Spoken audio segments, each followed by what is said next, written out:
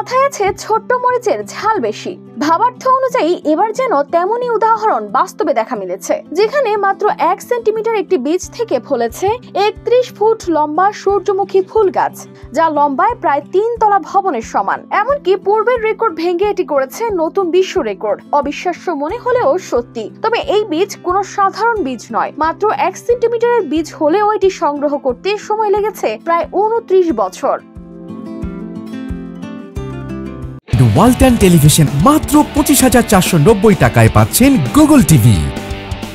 Dutch উদ্যানপালক ইয়েরন ভান ডের ভেল্ডে ছোটবেলায় তার মায়ের কাছ থেকে পেয়েছিলেন একটি ছোট্ট সূর্যমুখীর বীজ।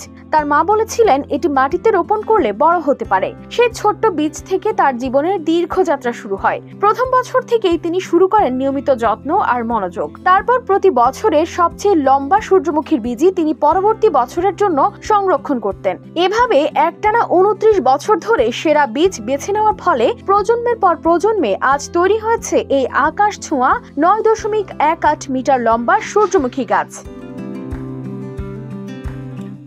ভিডিওতে দেখা যায় ফেল্ডে তার উঠোনে দাঁড়িয়ে ফুলের বিশাল পাতা, মোটা কাণ্ড ও পূর্ণাকার মাথা দেখাচ্ছেন। চোখে তার উজ্জ্বল আনন্দ আর মুখে গর্বের হাসি। তিনি বলেন এই ফুল একক কাণ্ড ও একক ফুলওয়ালা সূর্যমুখী, যা মাল্টি হেড গাছ থেকে আলাদা। যুক্তরাষ্ট্রে যদিও বহু ফুলওয়ালা গাছ 10 মিটার ছুঁয়ে গেছে, একক কাণ্ডের ক্ষেত্রে এই ফুলই সর্বোচ্চ।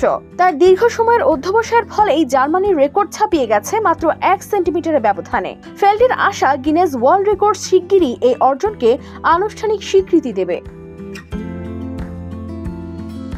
News desk, RTV।